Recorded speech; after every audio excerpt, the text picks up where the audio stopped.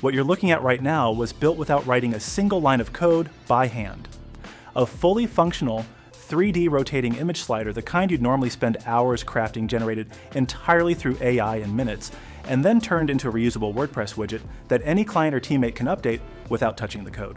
If that sounds like something worth knowing how to do, stay with me because by the end of this video, you'll have the exact workflow to replicate it yourself. We are working with two powerful tools. The first is Google's Antigravity, a completely free AI IDE, where we'll generate the entire code just by describing what we want. The second is WDesignKit, an all-in-one WordPress design productivity plugin that lets you take that generated code and turn it into a clean, reusable widget with dynamic controls. If you want to know more about widget creation from scratch, then check the link in description below. So as you can see here, there are some really creative slider designs. We'll take inspiration from these and try to create one beautiful 3D rotating slider. We'll run a 4-stage prompt sequence inside Antigravity to generate all 3 core files, and finally bring it all together as a fully dynamic widget inside WDesignKit's widget builder. And yes, you will find all the prompts in the file linked in the description below. Before jumping in, make sure you have a folder ready with all the images you want to use inside the slider. We already have ours prepared, so we're good to go. Head over to Antigravity, Google's free AI IDE, and open a new project. Once your workspace is set up and your image folder is in place, we're ready to kick off the first stage. Drop in the first prompt and let Antigravity run. We'll be working with a Gemini Flash model since the Pro tier tends to hit rate limits faster. And once it finishes, you'll see 3 files appear in the project: index.html, script.js, and style.css. These are the 3 core building blocks of the entire slider. Open the preview and take a quick look. The base structure is there, even if it's not fully styled yet. With the structure in place, the second prompt focuses on the visual design, how the cards are shaped, how they're positioned in 3D space, and how the rotation animation feels. Paste the stage 2 prompt and let it run. Once complete, check the output again. The slider is starting to take shape. It's not perfect yet, but that's expected and completely fine at this stage. Stage 3 is where the slider actually comes alive. This prompt handles the JavaScript logic, the click interactions, the auto rotation timing, and the smooth transition between slides. Let's drop it in and see what we get.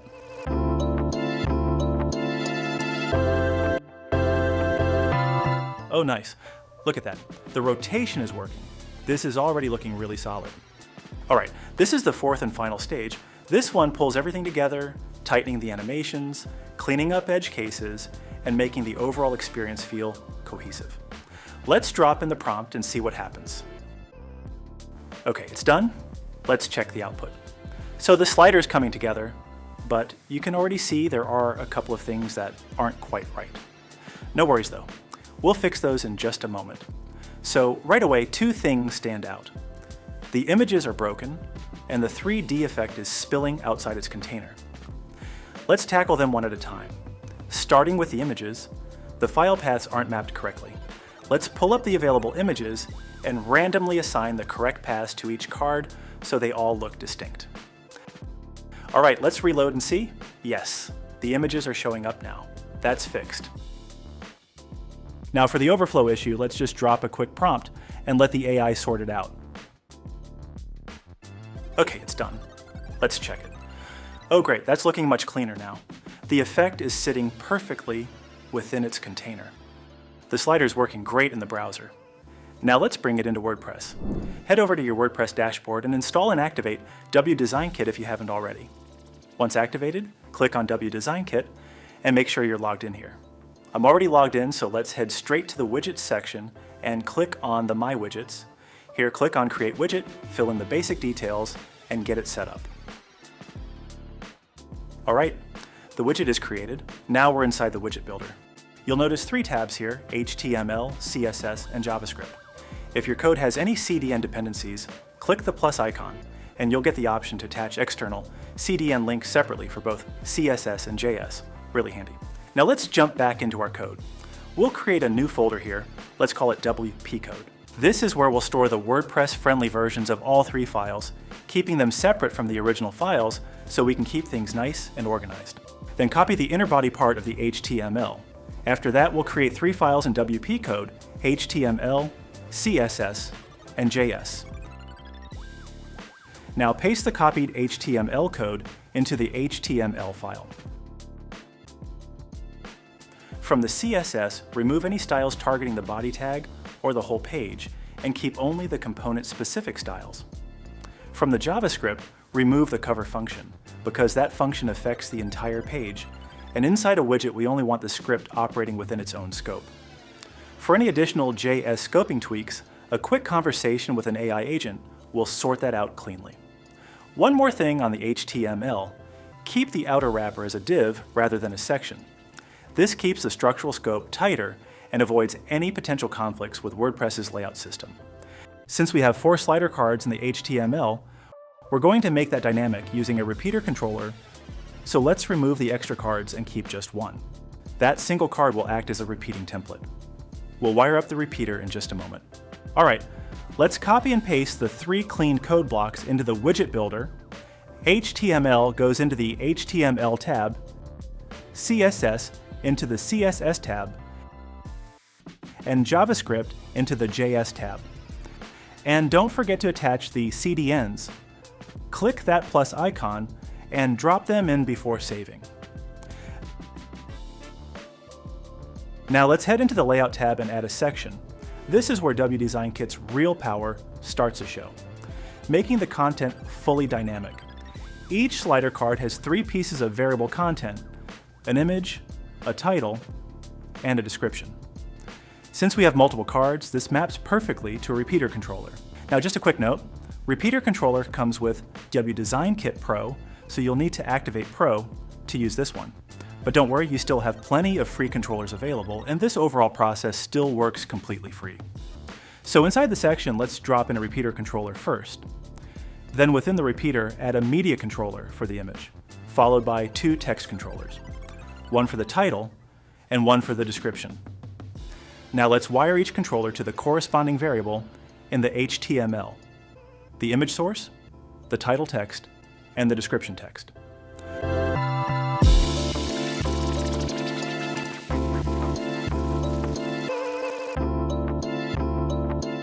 Once everything is connected, let's save the widget. Let's go to the Edit with Elementor. Inside the page, search for the widget. Here it is. Simply drag and drop it, then click Publish and check the output. And yeah, as you can see, the layout isn't rendering the way we expected. The slider isn't appearing properly, so we need to make it fully WordPress friendly. Let's go ahead and execute the prompts stage-wise, just like we did before. Alright, execution done. Now let's see what we've got. So here you can notice that our repeater structure has been removed and 3 static cards are back in the HTML. That makes sense. The AI isn't aware of the changes we made inside the widget builder. So let's go ahead and inform it that we've replaced that card section with a repeater controller and that the content is now being handled dynamically from the WordPress side. Once the AI understands the updated structure, it'll adjust the code accordingly. Now let's copy the code from here and paste the updated block inside the widget builder. Okay, so the slider's rotating, the 3D effect is working, but you can see a couple of issues. Some images still appear broken, and the button icon isn't visible. Let's go ahead and inform the AI agent about both of these and see what it comes back with. Alright, the response is here. And you can see the AI has clearly flagged that updates have been made to both the CSS and the JS file. So let's quickly copy the updated CSS, head into the widget builder, replace the existing code, and do the same for the JavaScript.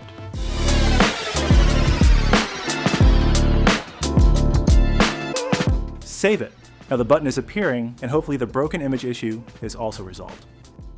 Let's add the images and check the output. We can add the title and description as well, but since the text is not clearly visible on the image, for now we'll keep only the images. Oh, that's looking beautiful. Everything is clean, the images are showing correctly, the button icon is visible, and the rotation is smooth. Really happy with how this is coming together. Now just taking a closer look, and with a bit of close observation, I can see the top and bottom edges of the cards are getting slightly cut off. It's a minor thing, but let's get it right. Let's open the inspector and track down the height property on the slider container. Found it. Let's bump that value up a little. That's it, perfect. The cards now have full breathing room, nothing is clipping, and the whole slider looks exactly the way it should. Now let's apply it in the CSS code to make it live. Now the height has increased, and the top and bottom edges look clear. As you can see, there's a border radius applied to the cards now. Suppose you want to give editors the ability to control that value directly. Let's go ahead and add a border radius styling option inside the widget builder, so by the end of this, you'll have a solid idea of how to wire up styling options as well. Head back into the widget builder and switch over to the Style tab. Now click on Add section and update the label name.